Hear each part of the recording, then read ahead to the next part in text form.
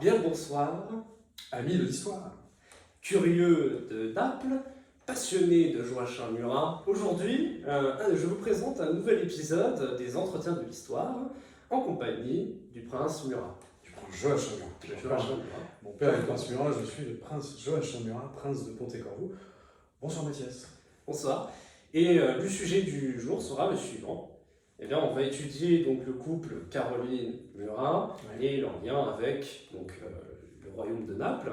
L'objectif recherché ici est donc bien de cerner en fait l'horizon quand même assez unique des grands thèmes qui entourent le lien particulier entre ce couple, ce beau-frère de Napoléon, et ce royaume de Naples qui, si on ne connaît pas l'histoire napoléonienne, on se dit qu'il n'y a pas forcément de lien entre la France et le royaume de Naples, et pourtant. De ce fait, je tiens tout d'abord à vous remercier chaudement de m'avoir d'avoir accepté cette invitation pour participer dans mon émission. Je vous en prie. J'espère donc que l'épisode vous plaira, et même si je connais déjà la réponse, nous pourrons dire, allez, c'est parti.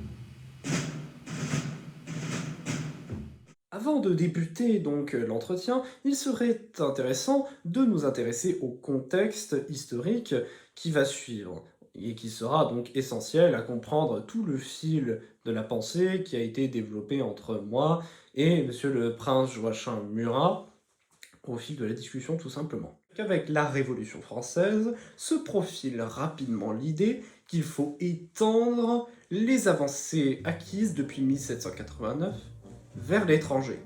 Sentiment accentué par la situation de guerre quasi permanente depuis 1792.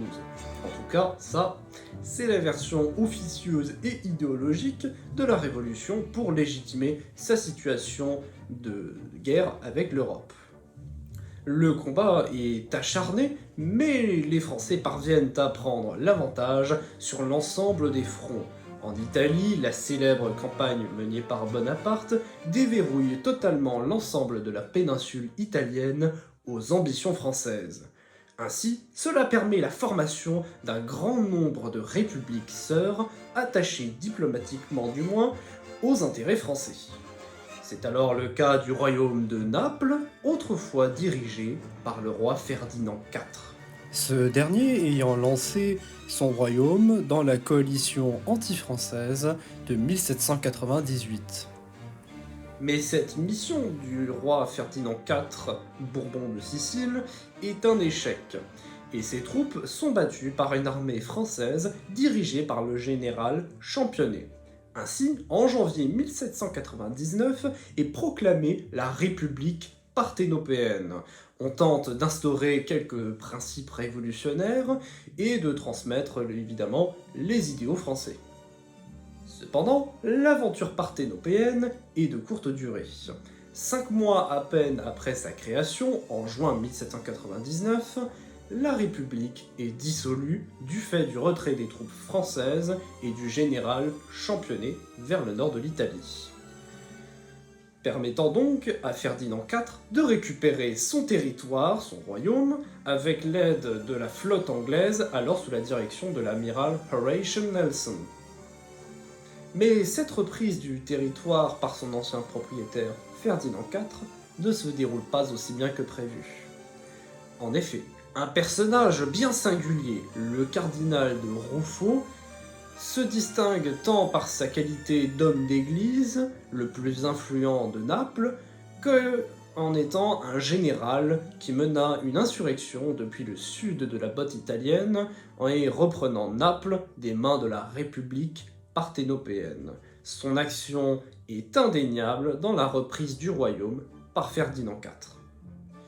En récupérant son trône, Ferdinand IV, par l'impulsion également de l'amiral anglais Horatio Nelson, exerce une répression sanglante sur la population napolitaine.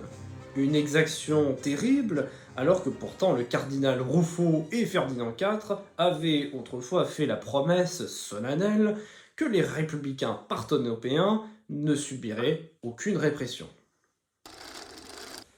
Et la première question que nous allons pouvoir évoquer aujourd'hui est la suivante. Nous aimerions nous intéresser aujourd'hui à quelle était la réception de la population napolitaine à la venue de Murat à la tête de la couronne de Naples. À cela, que pouvez-nous véritablement... Alors, en fait, pour répondre à cette question, il faut remettre un petit peu le contexte historique de ce que les Italiens appellent la décennie française. Il faut comprendre que Murat n'est pas le premier roi de Naples non italien. En fait, Naples n'a jamais eu de roi italien. Ça a été des Normands, ça a été des Français d'Anjou, ça a été des Allemands avec le Hohenstaufen, ça a été des Espagnols avec les Bourbons-Siciles. Les Bourbons-Siciles ne sont pas italiens, ils sont espagnols, c'est une branche espagnole.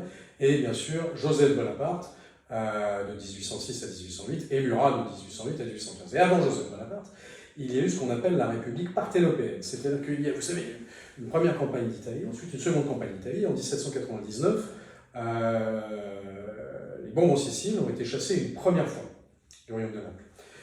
Ils ont été chassés une première fois par les armées de la Révolution et qui ont établi le général Championnet à sa place, qui a mis en place ce qu'on appelle la République parthénopéenne, la République de Naples.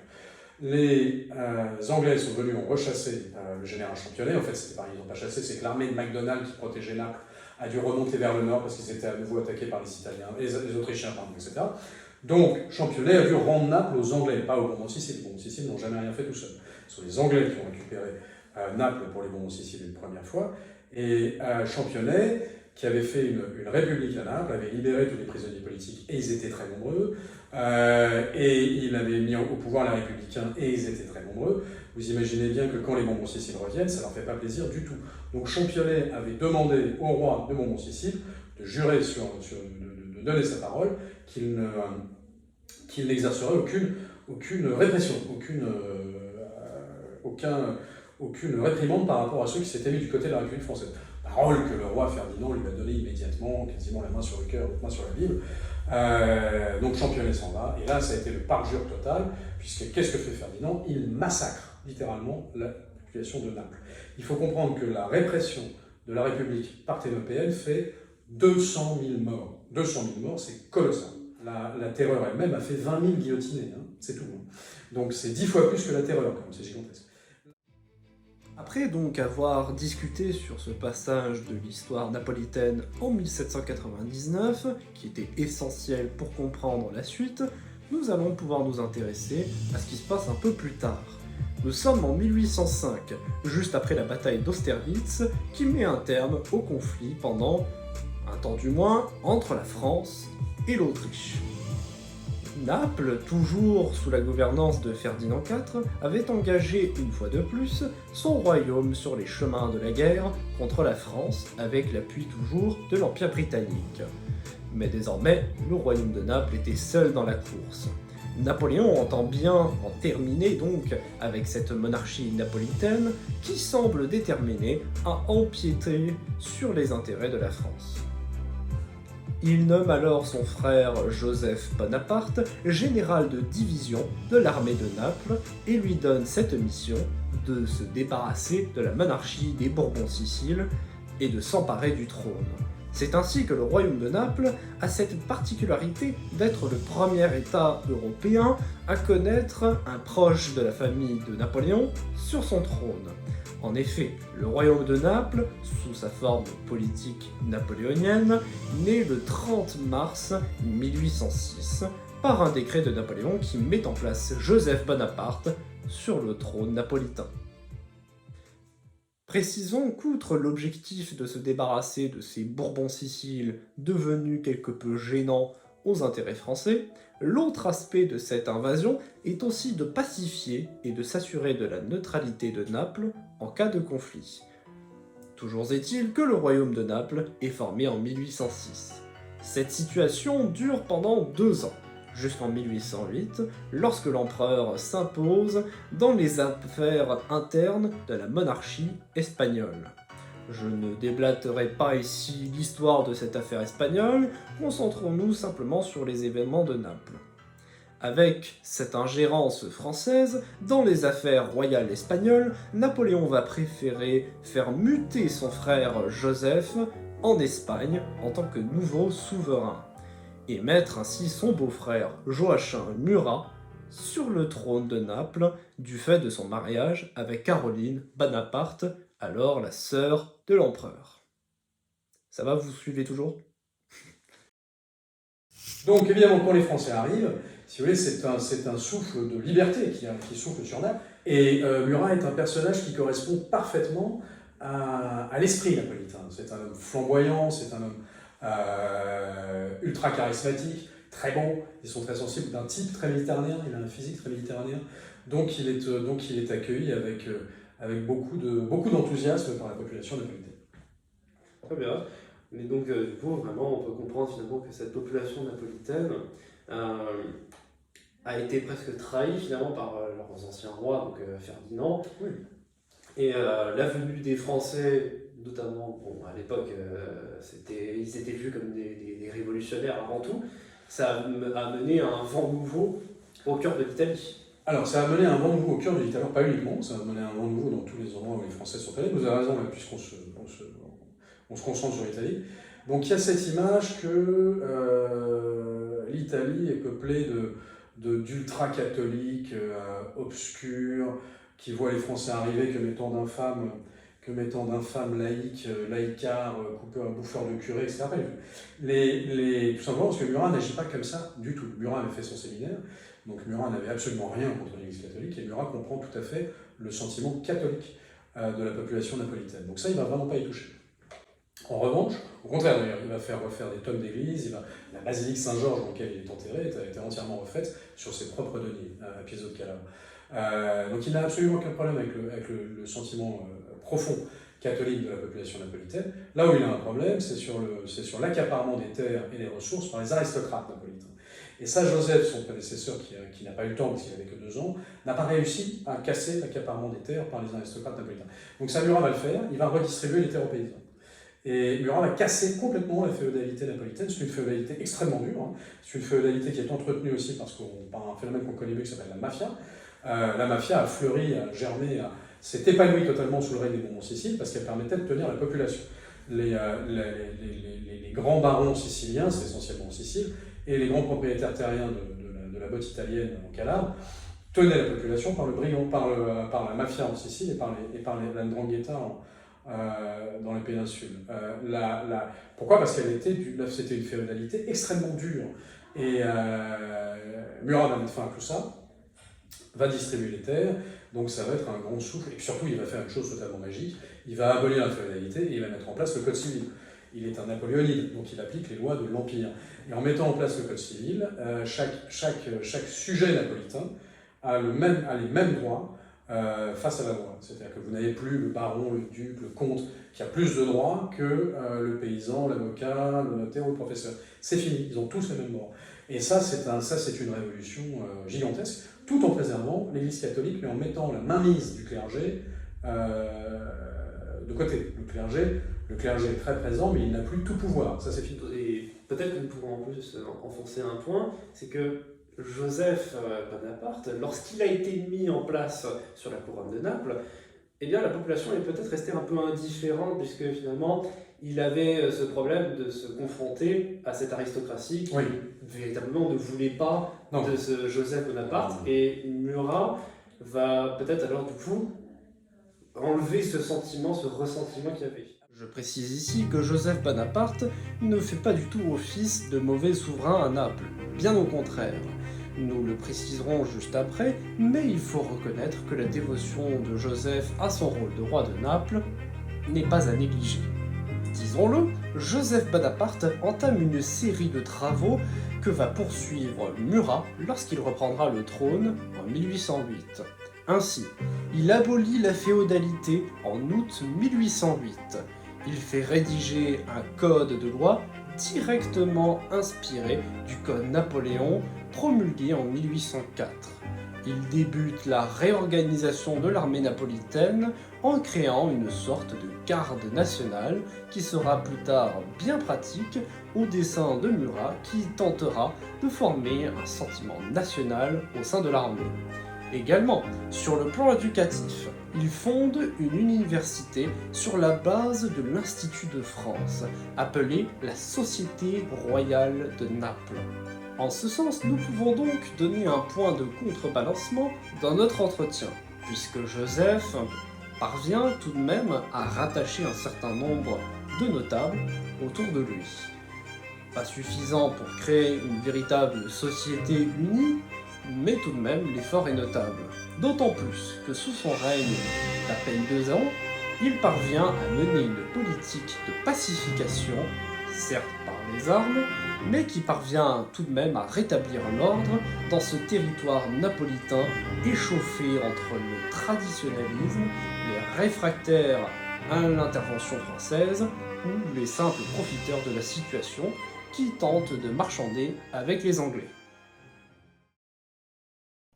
Alors, ce sont deux personnalités radicalement différentes. Joseph a été un bon roi de Naples.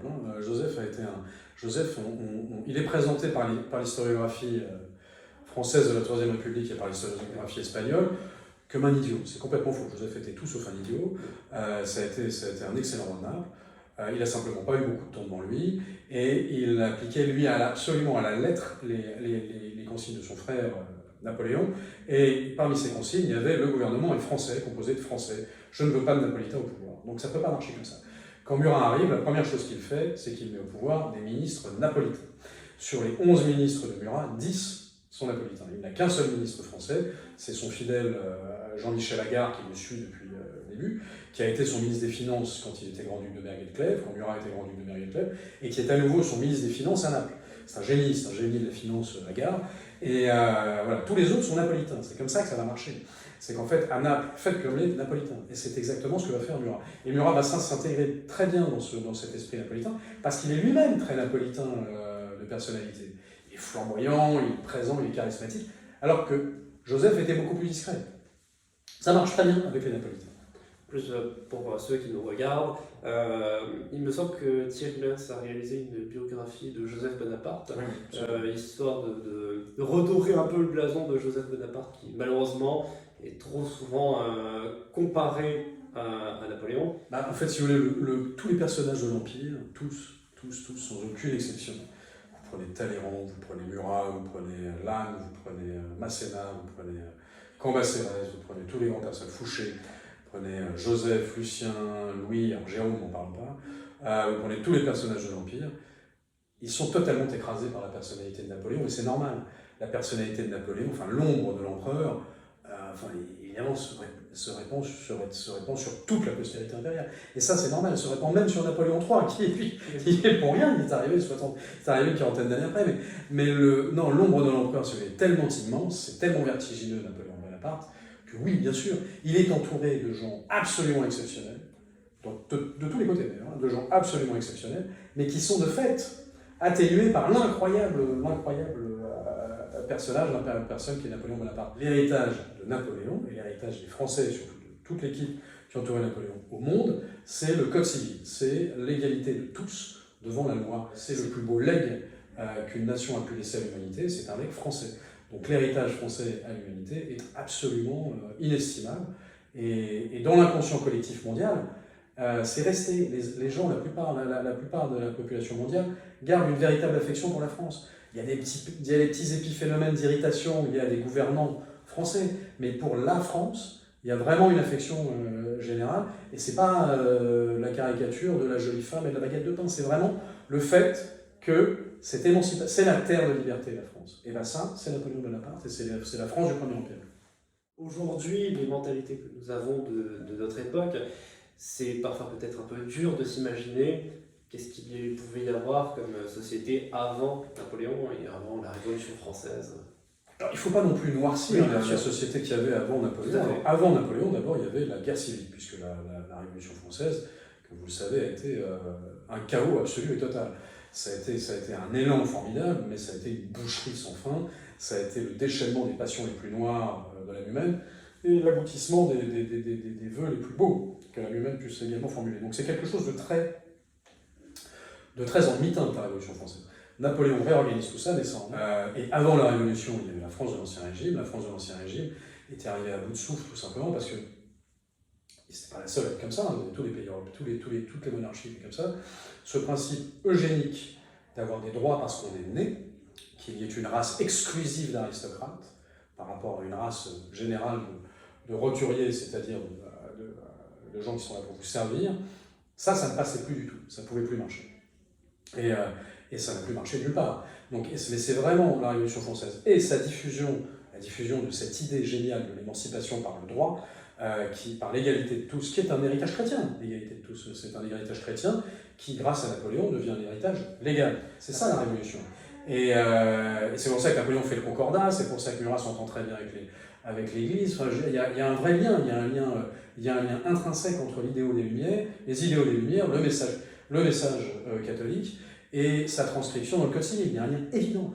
Et cette émancipation mondiale, qui est laïque, hein, qui n'est pas une émancipation catholique, elle est laïque, et le transformer dans la loi, c'est-à-dire égalité totale de tous. Bon, mais ça, c'est Napoléon. Bon, c'est extraordinaire comme héritage, c'est extraordinaire. Et peut-être une question qui pourrait interpeller certains viewers, ça serait de se poser la question de pourquoi avoir choisi Murat à la tête de noble. La réponse est très simple, parce qu'il est marié à Caroline. Oui. C'est aussi, il n'y a absolument pas photo là-dessus. Napoléon est un Corse. Il marche avec un clan. Napoléon avait autour de lui des gens absolument brillantissimes. Il va mettre uniquement ses frères, comme moi, qui n'étaient pas tous les meilleurs rois possibles à ce moment-là. Donc il va mettre Joseph, roi de Naples, puis roi d'Espagne, il va mettre Louis, roi de Hollande, il va mettre Jérôme, roi de Westphalie. Comme il s'est grondé, ils se sont engueulés avec Lucien, donc Lucien n'est pas famille impériale, il dégage. Il met Elisa, duchesse de Toscane, et il met en fait Caroline, reine de Naples. C'est pour ça que Murat devient roi de Naples, c'est parce que c'est Caroline qui est en fait reine de Naples. Comme Naples, et qu'il est corse comme ça ne peut pas être Caroline, reine de Naples, c'est Murat, roi de Naples, en considération du fait qu'il est le beau-frère de l'empereur. C'est très clair, il n'y a aucune discussion sur le sujet. En ce mot de clan, Monsieur le prince Joachim Murat énonce un élément très important de l'histoire napoléonienne qui se résume à cette idée, le Grand Empire. Le Grand Empire, c'est cette vision développée par Napoléon après ses victoires d'Austerlitz, Iéna et Friedland, et qui a pour objectif, selon sa vision, de remplacer les vieilles institutions d'Europe pour les remplacer par les avancées proposées par la Révolution française et le consulat. L'idée de propagande, c'est de fonder une Europe basée sur les droits individuels et le mérite personnel. L'objectif diplomatique et économique, c'est de proposer la fermeture de tous les ports européens au commerce anglais, britannique, en réunissant donc les États du continent dans une grande alliance dont les intérêts français sont évidemment au-dessus de tout. L'Empire français étend ainsi ses frontières par un maillage d'États satellites complexes.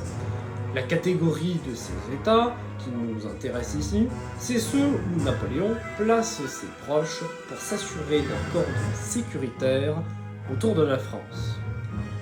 Voici donc une liste exhaustive. En 1805, Eugène de Beauharnais devient vice-roi d'Italie, tandis que Élise Bonaparte devient princesse de Piombino et de Lucques. En 1808, Joseph Bonaparte devient roi de Naples, ce jusqu'à ce qu'il reçoive son titre d'Espagne. Louis Bonaparte devient roi de Hollande, Pauline reçoit le duché de Guastalla, et Caroline Bonaparte, grande-duchesse de Bergue. En 1807, Jérôme devient roi de Westphalie. En 1808, Joseph devient donc roi d'Espagne, tandis que Caroline Bonaparte ainsi que son mari Murat reçoivent le royaume de Naples. En 1809, Élise Bonaparte est grande-duchesse de Toscane. Un système donc complexe dans lequel Murat tient une place importante en tenant fermement la partie sud de la botte italienne. Ce qui va se passer, c'est que Murat, lui, va prendre les choses en main. Donc en fait, Caroline ne sera pas la reine de Naples. C'est Murat qui sera le roi de Naples. Et ça va créer beaucoup de tensions, même au sein du couple. Au départ, ça a créé énormément de tensions au sein du couple. Ça va ensuite se rééquilibrer. Et ça va créer beaucoup de tensions avec l'empereur lui-même. Mais évidemment, l'intention de Napoléon au début, c'est que Caroline soit reine de Naples. Pourquoi? Parce que l'empereur considère sa sœur Caroline comme la meilleure tête politique de la famille. Caroline était considérée même par Talleyrand. Talleyrand disait de Caroline que c'était le cerveau de Cromwell dans le corps d'une jolie femme. C'est la plus belle tête politique parmi les Bonaparte. C'est celle qui ressemble le plus à Napoléon, en fait. Et c'est pour ça que ça a beaucoup clashé entre Napoléon et Caroline. Enfin, Caroline et Napoléon ont une affection, mais avec tous ses frères et sœurs, il y a une affection indéfectible. C'est un Corse. La vraie tête politique, c'est Caroline. Donc finalement, en fait, pour répondre à cette question, pour en dire que la population napolitaine a accepté Murat de manière quand même assez facilitée par la trahison donc, des souverains Bourbon-Sicile. Et même si Joseph Bonaparte a été donc un souverain relativement efficace, il n'a cependant pas obtenu la pleine adhésion de toutes les castes de cette société, ce que Murat a réussi à changer. Alors vraiment, Joseph, il y a aussi une question de temps. Joseph n'a pas eu le temps. Et puis Joseph n'a pas voulu affronter son frère sur la méthode. Voilà. Et finalement, donc, cette question de pourquoi Murat, eh bien, il faut aussi comprendre le dessein de l'empereur qui était le Grand Empire, créer un empire européen avec, comme allié en tout cas autour des bordures frontalières de la France, eh bien, ses frères et sœurs qui ont été des outils formidables politiques. Oui, tout à fait ça.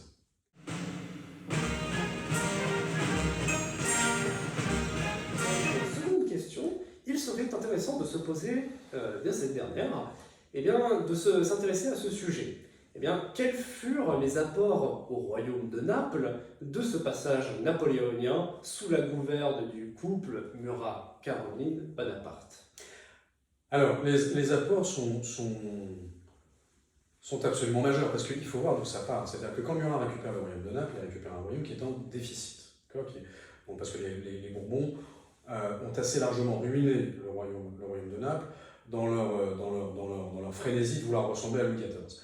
Ils ont fait le palais de Caserta, ils ont fait de très belles choses qui aujourd'hui donnent l'impression d'une munificence de la période Bourbon. Non, c'est plus une espèce de mégalomanie bourbonienne, Bourbon-sicilienne, jalouse de Louis XIV. Mais Bourbon-Sicile très jaloux du Bourbon français. Donc ils font un palais de Caserta qui va coûter des fortunes et qui crée en plus une sécheresse et une famine dans une partie de la Camargue, il me semble. Parce que pour pouvoir rafraîchir ses promenades, le roi Bourbon fait détourner une rivière pour faire une gigantesque cascade qui est magnifique, qu'on peut voir au palais de Caserta, mais qui a fait mourir de faim plusieurs centaines de paysans. L'héritage Bourbon.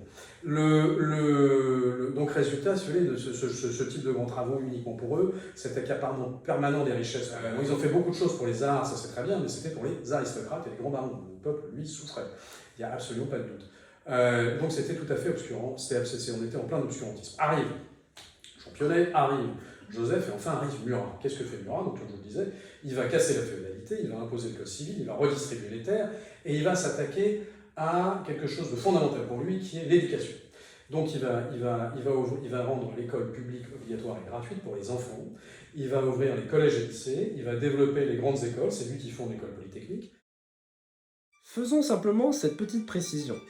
Murat ordonne la construction de l'école du corps des ingénieurs des ponts et chaussées en 1811, qui devient ensuite l'école supérieure polytechnique au début du XXe siècle seulement, démontrant alors que les grandes institutions militaires napolitaines conservent au cours du temps cette attache particulière à ce passage napoléonien, et perpétuant donc véritablement l'héritage français.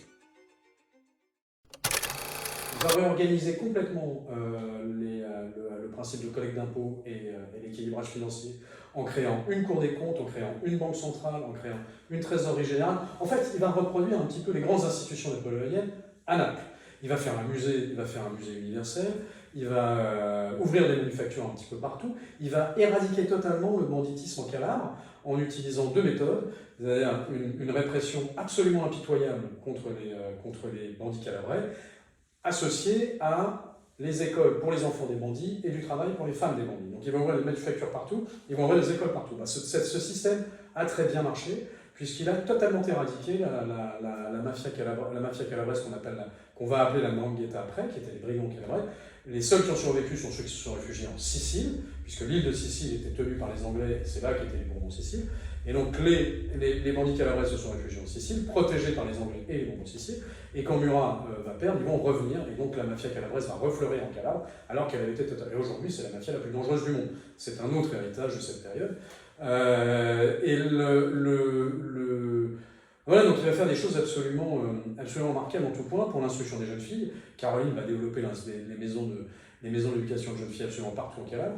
Ils vont redévelopper complètement l'industrie du corail, l'industrie de la mode, l'industrie des arts et de la culture. Alors les Bourbons Sicile, elle fait beaucoup, hein, mais là vraiment avec Murat, ça va être une explosion. Notamment, ils vont découvrir Rossini, ils vont relancer le fameux opéra San Carlo.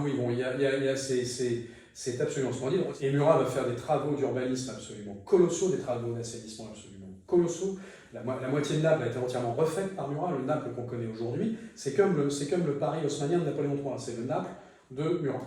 Et le Naples de Murat, que bien sûr, c'est normal quand les Bourbons récupèrent ça, ils vont dire qu'en fait, c'est la grande place du Palais Royal, c'est Murat, toutes les grandes artères, c'est Murat, les grandes avenues, c'est Murat. Mais il va faire ça à Naples, il va faire ça à Bari, il va faire ça à Bari, il y a un quartier entier qui s'appelle Muratiano.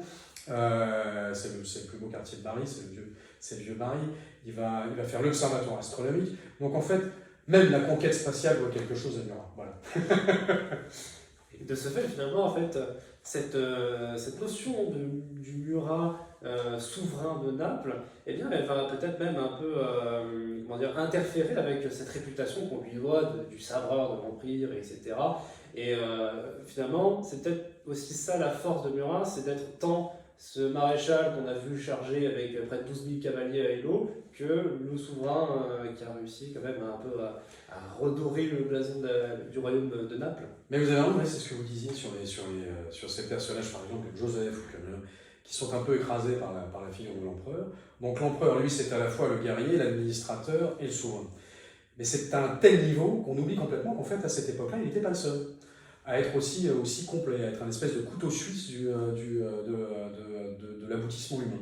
Murat était la plus grande bête de guerre de l'Empire, c'était le plus grand meneur d'hommes de la Grande Armée, un grand-duc de Berg et de Clèves, parce qu'il a régné 3 ans sur Berg et Clèves, c'est la région du Düsseldorf. Il a tout révolutionné là-bas, et la mairie de Düsseldorf encore célèbre les anniversaires de Murat, puisque c'est lui qui a révolutionné l'industrie du textile et de l'acier à Düsseldorf, il a tout relancé en 3 ans. Naples, c'est complètement déliant dans tout ce qu'il a fait. Donc effectivement, on reste un petit peu dans la caricature du génie absolu Napoléon, qui a ses chiens de guerre qui sont Masséna, Murat, Lannes, Ney, etc. Puis ses juristes qui vont être Portalis, etc. Puis ses scientifiques vivant de nom, machin, tout ça. Et son diplomate qui est Talleyrand, son flic qui est Fouché. Et en fait, chacun de ces personnages sont à 360 degrés. Et c'est vrai, c'est que le cas Murat est exceptionnel, mais pas tant que ça à l'époque. Et en fait, il est vraiment exceptionnel, parce que lui, il est une bête de guerre à un niveau absolument inégalé, il est un souverain remarquable à un niveau difficilement égalable, il est un administrateur absolument génialissime, parce qu'il va réorganiser la totalité de la cavalerie à la fin de la Révolution, qui était dans un état lamentable. C'est l'arme la plus compliquée à organiser, il l'a organisée entièrement. Murat a fait son séminaire et il a fait le collège à Cahors. Donc l'image, si vous voulez, l'image d'Épinal du sabreur un peu lourdeau du soudard de l'Empire, qui a été élevé dans une auberge, donc qui a dû commencer à picoler très tôt et un petit peu rougeau, un peu idiot, ça c'est la Troisième République qui va le fabriquer. La réalité de Murat, c'est pas ça du tout. Murat, il parle couramment latin, il parle couramment grec, il est d'une très grande culture. Napoléon va l'utiliser dans les négociations avec le Concordat pour le contact avec le pape, parce que Murat, justement, a les mêmes codes de communication que le pape, parce qu'il a fait son séminaire, etc. Donc ça se passe très très bien. Murat sera toujours un très grand proche du pape jusqu'à la fin. En tant que roi de Naples, il a beaucoup de liens avec le pape. Et donc Murat sera utilisé pour des missions diplomatiques de premier plan, pour la préparation du Concordat. Murat va être utilisé pour négocier la paix en Italie en 1801, 2 et 3. Donc Murat est un négociateur hors pair. Donc il y a tout un volet de Murat qui est totalement éteint et qui est totalement obscurci, oublié, parce que la Troisième République a voulu casser toutes ces personnes autour de l'empereur pour casser l'empereur, pour casser la nostalgie bonapartiste. Il fallait dire non, Bonaparte c'était un bandit corse entouré d'idiots avec une famille de profiteurs. Voilà, c'était ça le truc qu'on voulait faire. Donc tous les frères et sœurs sont d'infâmes profiteurs et tout ce qui est autour sont des idiots. Et Napoléon est un bandit. C'est ça l'image que la République veut diffuser pour éviter un retour à l'Empire, parce qu'ils ont quand même pris Napoléon III entre les deux. Donc ils se disent on ne veut pas un Napoléon IV. Donc il faut casser l'image de l'Empire. Donc Murat fait partie des victimes collatérales de ce travail d'historiographie, de casser l'image de Napoléon et donc de casser l'entourage. Mais effectivement, vous avez raison, Murat c'est un personnage tout à fait à multiples facettes. Et Lamartine va faire une étude des correspondances des grands hommes. Et Lamartine, vous savez que Alphonse de Lamartine, le grand écrivain qui était Premier ministre, va repérer ce qu'il appelle deux plumes perdues de la littérature française. Et il repère deux plumes perdues dans la correspondance des grands personnages historiques. Il repère Catherine II de Russie, qui a un style absolument flamboyant, et Murat. Il ne repère pas trois, il en repère deux. Catherine II de Russie et Murat. Donc Murat, en plus, est une plume perdue de la littérature française. Donc on est très loin du soudard que nous présente l'historiographie de la Troisième République. Mais attention, c'était tout sauf l'aristocrate poudré. C'est pas du tout. Donc c'est un mélange un peu difficile à cerner, Murat. Oui. D'autant plus pour les intéressés dans cette émission de l'histoire militaire, Murat va aussi réorganiser l'armée napolitaine et essayer d'en faire une armée nationale avec une nouvelle organisation quasi unique en Europe, réorganisation qui va perdurer même après sa propre mort. Et alors ça c'est important ce que vous dites parce que il organise l'armée nationale napolitaine de façon très originale et très efficace, et elle va monter jusqu'à 80 000 hommes, c'est quand même pas une petite armée. Et c'est pas tellement la quantité qui est importante, c'est l'organisation. À ce titre, Murat met en place la conscription pour faire face à la demande toujours plus croissante de Napoléon en effectifs. Le royaume de Naples doit alors fournir 16 000 hommes et 2500 cavaliers à l'empire napoléonien. Les combattants napolitains sont de toutes les opérations, depuis la campagne infernale d'Espagne jusqu'aux plaines enneigées de Russie. Au sein de ces 80 000 hommes, vous avez des régiments noirs. Il faut savoir qu'il y avait des régiments noirs, le royal corse, le royal napolitain africain, dans l'armée de Murat, dont les officiers étaient noirs. Parce qu'il y a eu des régiments noirs dans la Révolution, mais il y avait assez peu d'officiers noirs, à l'exception du père d'Alexandre Dumas. Mais là, les officiers étaient noirs, les officiers étaient africains, etc. C'est une chose qui est très peu connue. Murat avait des régiments de soldats noirs, des régiments de soldats africains. Le régiment mentionné est en réalité le bataillon des pionniers noirs. Il s'agit au départ d'une création du consulat en 1803, puis sert dans l'armée du royaume de Naples en 1806. Les composantes de ce régiment sont des soldats issus des Antilles ou d'anciens combattants de la cause de Toussaint Louverture.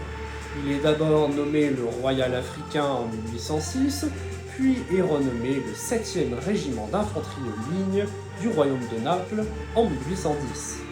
Progressivement, des troupes européennes intègrent le régiment à partir de 1813 afin de combler les pertes. Il est finalement dissous en 1815 avec la chute du règne de Murat. Alors, 80 000 hommes, et ce qui fait qu'à la chute de l'Empire, reste le royaume de Naples, avec Murat à sa tête. Bon, à l'époque, personne ne pense que c'est un idiot, ça va être fabriqué ensuite par la Troisième République. Donc tout le monde sait très bien que c'est un souverain qui est aimé par sa population, qui fait bien son boulot, et qui a 80 000 hommes, et qui sait les commander. Qui a 80 000 hommes qui sont parfaitement organisés. Donc là, on se dit, bon, les Bourbons-Sicile, c'est vrai, on vous avait promis qu'on vous rendrait Naples, mais finalement, on va réfléchir un peu, parce qu'on ne va pas se battre contre Murat. Ici, précisons un peu le contexte de la situation afin de bien comprendre la réflexion qui va découler de l'échange. En 1812, Murat part avec Napoléon à la conquête de la Russie. Pendant ce temps, la régence du royaume de Naples est donnée à sa femme, Caroline Bonaparte. Avec le désastre de Russie, Murat est rapidement conscient que l'empire napoléonien ne peut pas tenir face à l'ampleur de la tâche qui l'attend. Désireux donc de rester tout de même dans le camp des vainqueurs et ne pas perdre son trône, le renversement d'alliance est l'option la plus désirable s'il veut conserver donc ce trône en 1814. L'abdication de Napoléon rassure en quelque sorte le souverain napolitain. Alors, résultat, au Congrès de Vienne, il faut comprendre que les Russes, les Autrichiens et les Anglais soutiennent Murat, roi de Naples. Les Anglais soutiennent Murat, roi de Naples, au Congrès de Vienne. Les Français sont contre Murat, roi de Naples, parce qu'à ce moment-là, ce sont les Bourbons qui sont de retour, donc ils veulent défendre leurs cousins. Mais les Russes, les Autrichiens et les Anglais hein, soutiennent Murat, roi de Naples. Tout simplement, ils sont pragmatiques, les Anglais. Oui. Ils ont emmerdé Murat pendant toute la période où il était roi de Naples, parce qu'il gardait les Bourbons Sicile en Sicile, donc ils ont fait tout ce qu'ils ont pu pour persécuter le roi de Naples à ce moment-là. Mais arrivé à la fin de l'Empire, ils disaient maintenant, il y a quand même 80 000 soldats, c'est Murat, c'est pas exactement, c'est pas Joe le rigolo. Murat tente donc une campagne militaire audacieuse, sinon ambitieuse, dont l'objectif était alors d'unir l'Italie dans un seul et même royaume. Pour ce faire, il prend avec lui son armée de Naples et remonte la botte italienne. Seulement, l'aventure s'arrête lorsqu'il est battu par les Autrichiens à la bataille de Tolentino le 2 mai 1815. Cet acte sonne la fin de la destinée du roi de Naples. Il quitte son royaume le 25 mai 1815 pour la France. Puis tente de reprendre son trône une dernière fois, qui fut pendant ce temps repris par les Bourbons Sicile. Mais il est arrêté et fusillé le 13 octobre 1815. Murat va se rallier à Napoléon, il va faire un renversement d'alliance avec les Autrichiens pendant 3-4 mois, et ensuite il va aider Napoléon à préparer son débarquement au Golfe Juan. Et ça, le Congrès de Vienne va être informé, à partir de là, c'est plus tolérable, donc on attaque Murat. D'ailleurs, souvent, il faut repréciser cela. Il s'agit surtout d'un changement d'alliance, finalement, de la part du Murat, plutôt qu'une trahison envers Napoléon. Puisque... Alors, on peut l'appeler trahison si on veut, mais c'est pas cohérent, parce que dans le cas présent, c'est vraiment un renversement d'alliance, et en plus, on parle de 15 semaines, enfin, je veux dire de 3 mois, c'est 3 mois de renversement d'alliance, alors que des vraies trahisons sous l'Empire, il y en a eu, il y en a d'autres qui sont des vrais traîtres. Et même au sein de la famille de 100 d'empereurs. Là, Murat, c'est une pièce rapportée qui s'est fait insulter par Napoléon jusqu'à la fin, quand il était roi de Naples, qui jusqu'à la fin soutient l'empereur, qui finalement se dit bon, maintenant ça suffit, j'en ai marre, veut sauver son royaume, on peut quand même pas le vouloir, est pleinement roi de Naples grâce au Congrès de Vienne, il est soutenu par les Anglais, par les Autrichiens, par les Russes, et tout de même il revient. Donc s'il y en a bien un qu'on ne peut pas qualifier de traître, c'est tout de même Murat. Mais ça, une fois de plus, c'est l'historiographie et du Mémorial de Sainte-Hélène, qui est une fiction, le Mémorial de Sainte-Hélène, c'est écrit par Lascaz, pas par Napoléon. Et c'est une fiction écrite par Lascaz pour gagner de l'argent, et en 1823, et l'historiographie de la Troisième République. Donc Murat, la théorie, la thèse de la trahison de Murat, il n'y a plus personne n'y fait référence, c'est pas sérieux. La fondation de Napoléon, tous les historiens ne parlent pas de trahison de Murat, ils parlent de renversement d'alliance. À commencer par Thierry Lenz, qui a fait un travail remarquable sur tous ces sujets.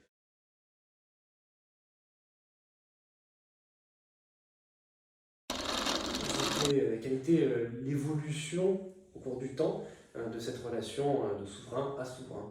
D'accord. Alors, il faut très rapidement brosser la relation de Murat dès le départ avec Napoléon. Donc, Murat et Napoléon Bonaparte sont deux soldats de l'Empire, de la Révolution. Deux soldats de la Révolution. Murat passe par le rang, Napoléon Bonaparte passe par l'école militaire. Tous les deux sont des révolutionnaires, tous les deux sont des anti-monarchistes convaincus.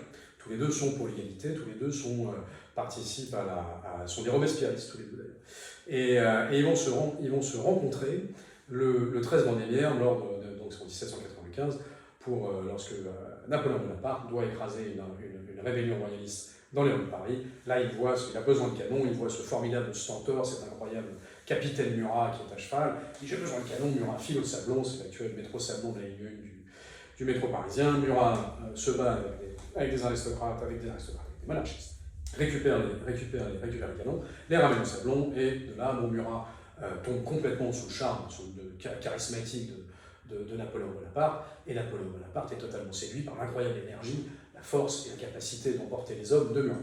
Et à partir de là, ils ne se quitteront plus. Donc ils vont faire toutes les campagnes ensemble et sont deux vrais amis. Donc, il faut comprendre qu'il y a une véritable amitié. Napoléon Bonaparte a eu très peu d'amis, sauf étant jeune. Ensuite, avec le temps, il n'en a plus, c'est fini. Mais à son niveau de la compétition, on ne peut pas avoir d'amis, c'est pas possible. Mais étant jeune, il a des amis. Au nombre de ses amis, il a Joachim Murat, il n'y a pas de doute.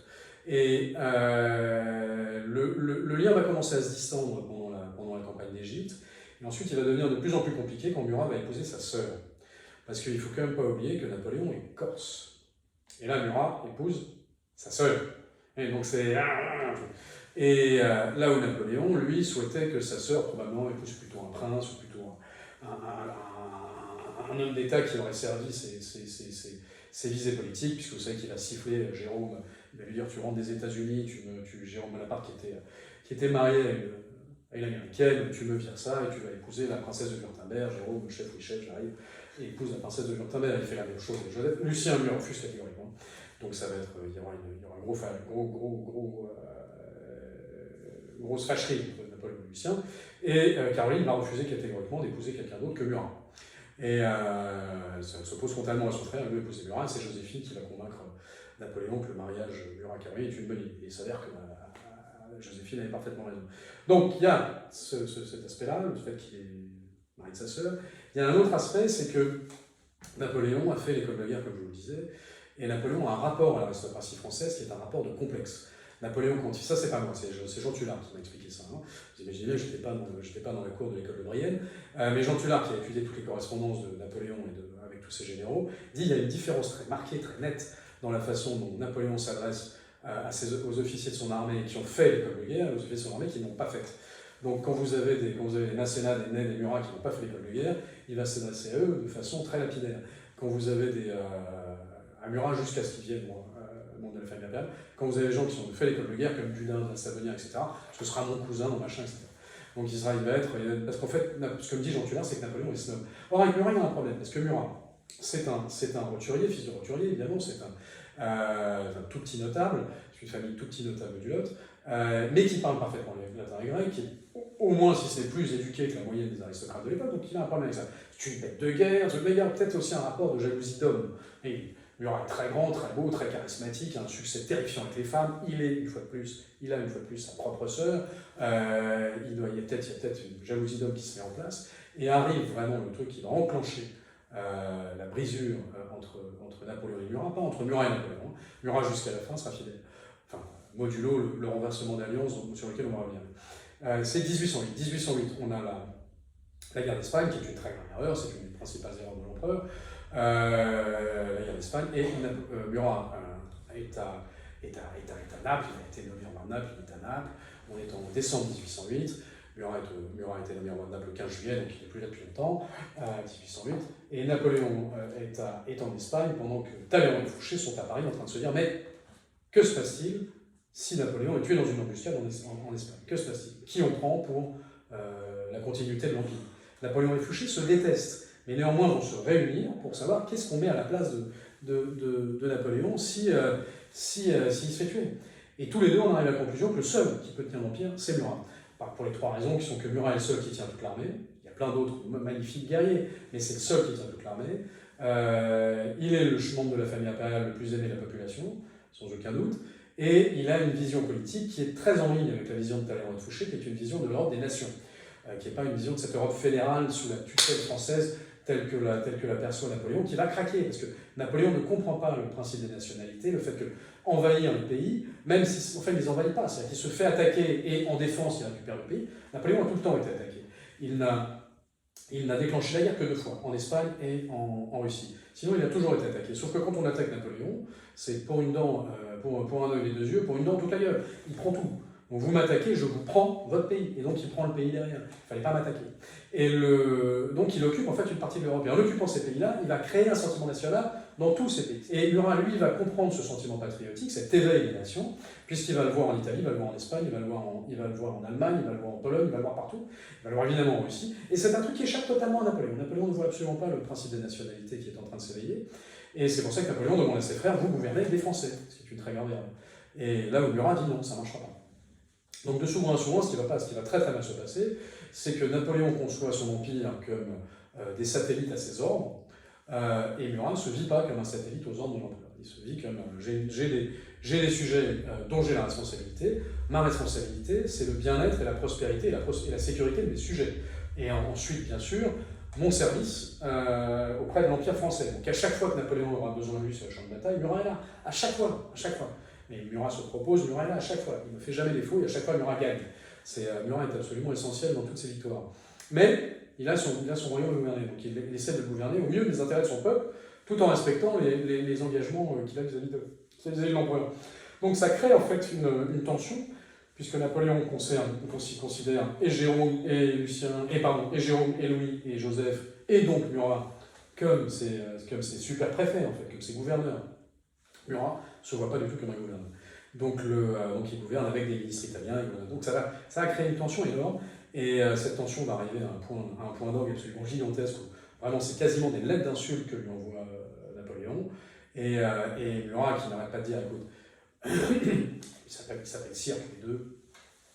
Si, dans un langage absolument superbe, Murat lui explique, l'unité italienne, c'est ça qu'il faut envisager. Napoléon lui dit, Sire, vous ne comprenez rien, l'unité italienne, ça ne marchera jamais, etc.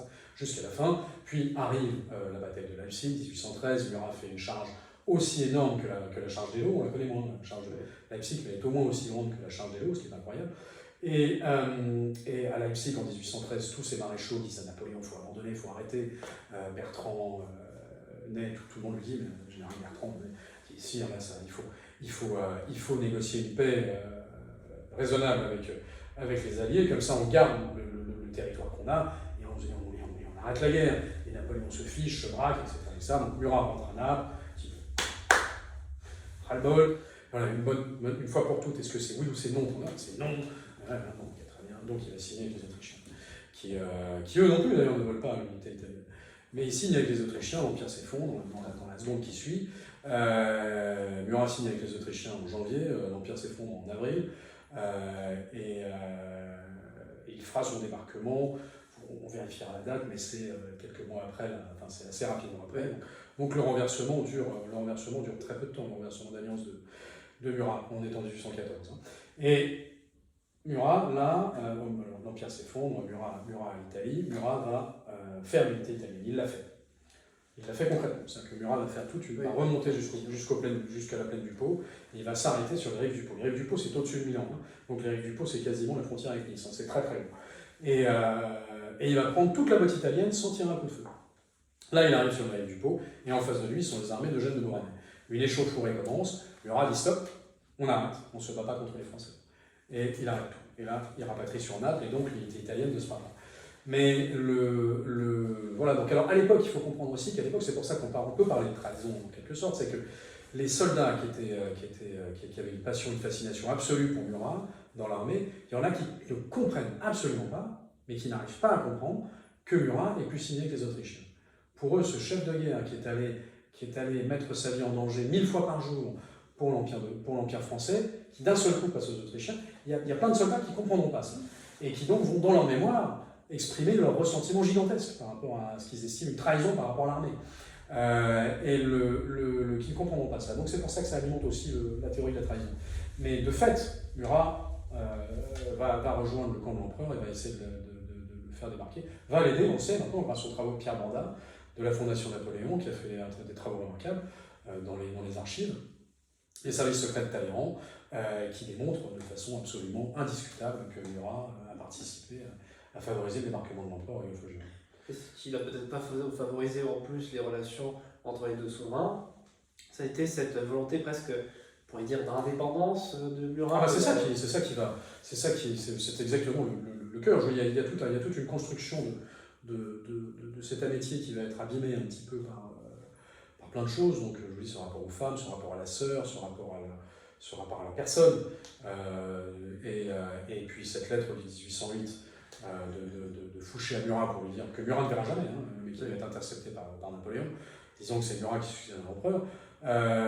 Tout ça va casser la vision de Napoléon vis-à-vis de Murat, ça va être devenu de plus en plus compliqué. Et ensuite, le comportement de Murat, comme souvent indépendant, ça va être insupportable pour Napoléon, absolument insupportable. Oui, mais ce qu'on peut comprendre, mettez-vous dans la botte de Napoléon, enfin si, non, vous ne mettez pas dans les bottes de Napoléon, on va vous mettre en asile psychiatrique. Mais essayer de comprendre un tout petit peu comment l'empereur gouverne, comment l'empereur organise son système. Et dans son système, un Murat, c'est problématique, parce que Murat est indépendant. Et Napoléon n'a pas de temps à perdre avec des velléités d'indépendance. Il ne veut pas de ça. Voilà. Et donc c'est peut-être finalement ces deux raisons hein, que Murat, la relation entre les deux, qui autrefois était une véritable relation amicale, fusionnelle, ils ont fait toutes les campagnes jusqu'en Égypte, va véritablement se fracturer avec le temps via cette relation de souverain à souverain. D'une part parce qu'on a cette volonté un peu presque d'indépendance de Murat, ce qui ne passe pas sur Napoléon qui à partir de l'Empire n'écoute plus vraiment les conseils de ses conseillers. Et d'une autre main, on va avoir ce Murat qui va supprimer de plus en plus de postes d'administrateurs français pour mettre en place des Napolitains, des Italiens, pour remplacer les Français, ce qui ne va absolument pas plaire à Napoléon. Napoléon, c'est avant tout cette volonté de contrôle d'une société européenne sous l'égide et le contrôle évidemment de la France, ce que Murat ne voulait pas faire via cette volonté de nationalité italienne et d'un royaume de Naples qui certes est allié à la France, mais reste son royaume. C'est ça, c'est une forme d'alliance européenne de royaumes autonomes et indépendants, mais qui choisissent librement, parce que c'est leur intérêt, de suivre une alliance avec l'empereur. Mais parce que en fait, c'est la seule solution viable. Murat n'est pas une espèce de belle âme démocratique comme ça, c'est juste parce qu'il le sait très bien, c'est que sinon tout va craquer, parce que les peuples ne se laisseront pas faire, et d'ailleurs ça c'est juste ce qu'il a vérifié après. Donc peut-être c'est pour les amateurs d'Uchronie, ça aurait été intéressant de se demander finalement qu'est-ce qui se serait passé si Napoléon avait un peu changé sa manière de voir les choses et laissé un peu plus libre cours aux nationalités européennes, et en tout cas moins essayer d'être un peu moins lui-même tel qu'il l'a été autrefois, puisque finalement il va envahir lui-même la Hollande, il va essayer de tout prendre en main, l'Espagne c'est pareil, et c'est ce qui va le perdre sur le long terme.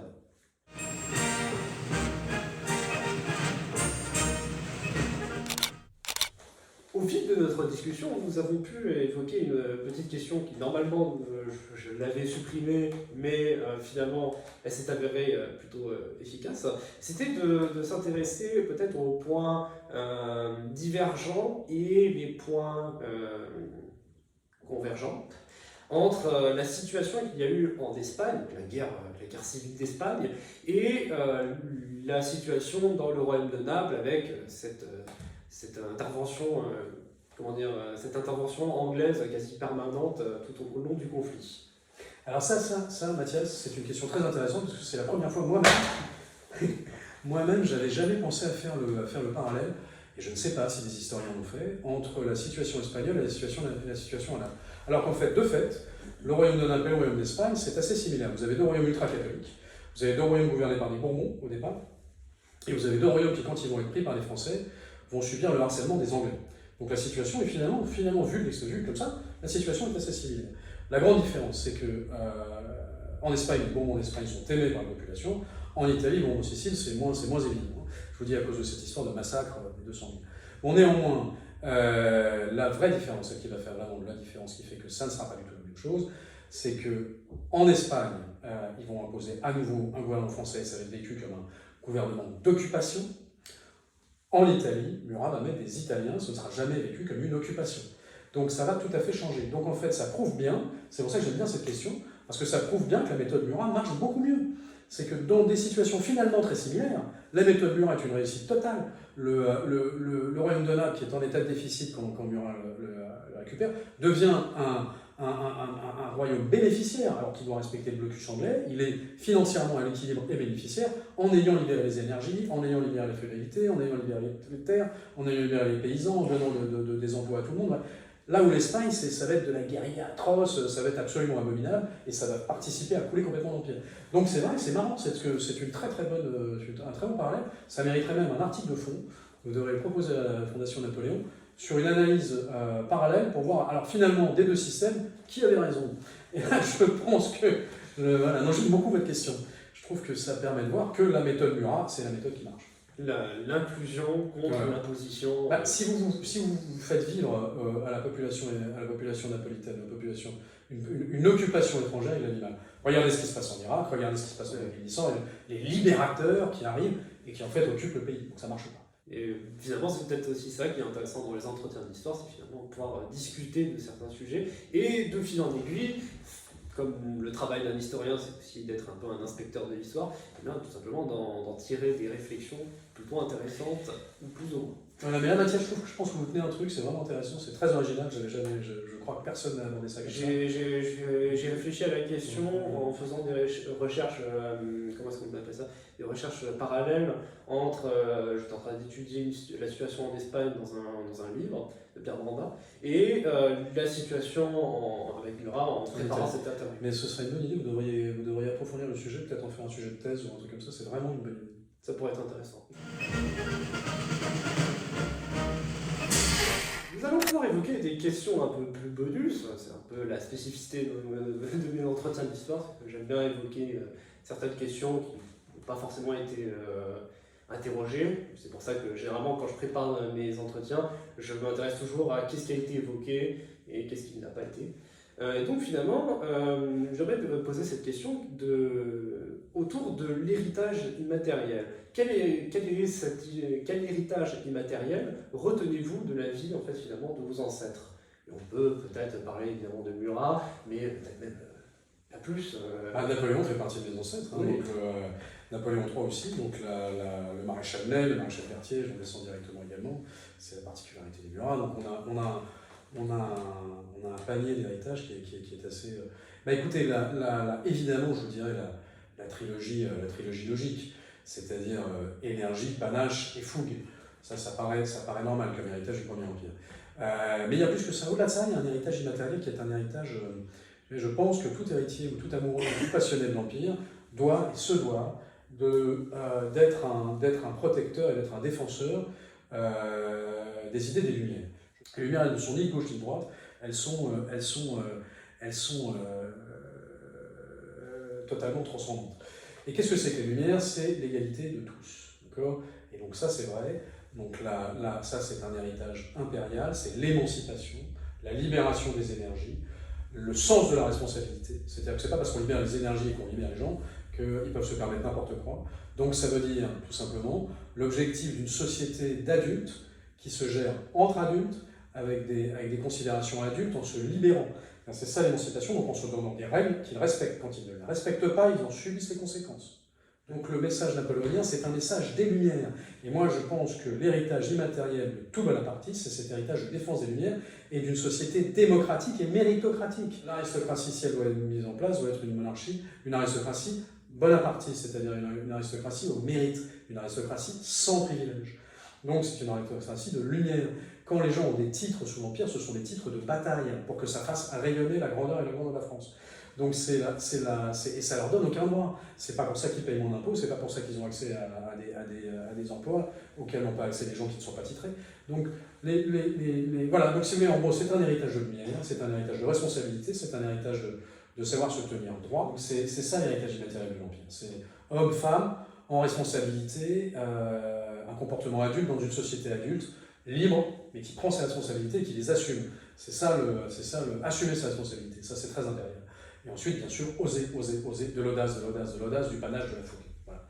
Finalement, c'est aussi, moi je travaille dessus dans mes études, mais l'héritage de ce passé qui pourtant a plus de 200 ans maintenant, eh bien, se perpétue toujours et les idées, elles sont encore là, elles n'ont pas disparu. Puis voilà, et puis comment s'exprime politiquement tout ça, c'est par la souveraineté populaire. Il n'y a pas plus. C'est un héritage de la Révolution, c'est un héritage de l'Empire. Elle s'exprimait par les plébiscites, ce qu'on appelle un référendum aujourd'hui. La souveraineté populaire. Une société adulte avec une pleine souveraineté populaire, c'est ça l'ambition de l'Empire. C'est ça l'ambition bonapartiste.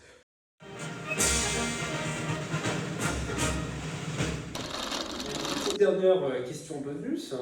Eh bien, nous sommes dans un très beau cadre et j'aimerais quand même vous proposer, et si vous voulez bien, de nous présenter un objet qui vous est cher, qui a une histoire avec les Murat. Murat ou autres.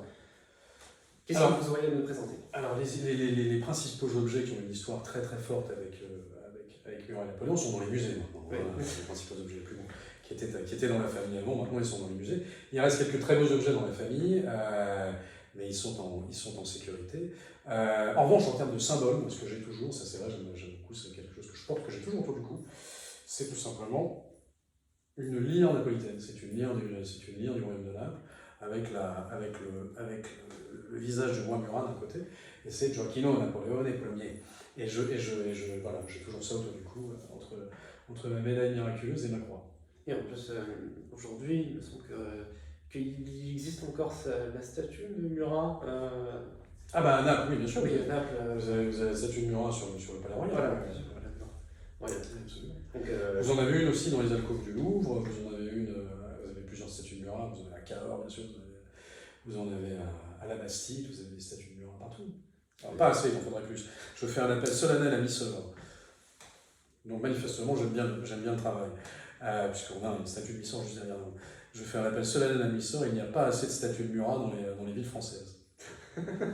Peut-être un jour, on aura un nouveau qui ressortiront du paysage. Espérons. Mais voilà, je pense que c'est beau pour conclure cet entretien d'histoire, très fort et très enrichissant, avec, on est parti un peu partout, mais finalement on a réussi à se concentrer sur le sujet napolitain, Murat, le lien qui existe entre Napoléon et Murat. Donc voilà, je mettrai au montage plusieurs éléments qui permettront de faire des clés d'analyse, en même temps que je mettrai de la remise en contexte sur certaines questions que nous avons abordées. Mais finalement, donc voilà, ce sujet est vraiment un plaisir de vous avoir dans mon émission. Et donc à la prochaine, et puis si vous voulez bien terminer avec ma formule. Donc que l'histoire soit avec vous. Voilà. Merci beaucoup Mathias, vive l'empereur.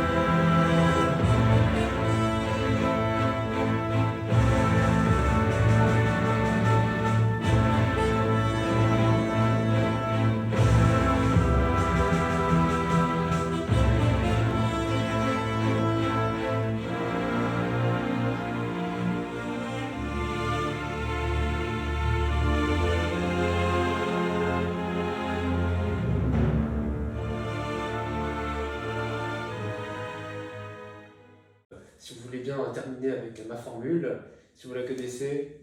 Alors rappelez-moi, parce que moi j'allais vous dire merci Mathias et vive l'empereur, mais si vous avez la formule, c'est que l'histoire soit avec vous.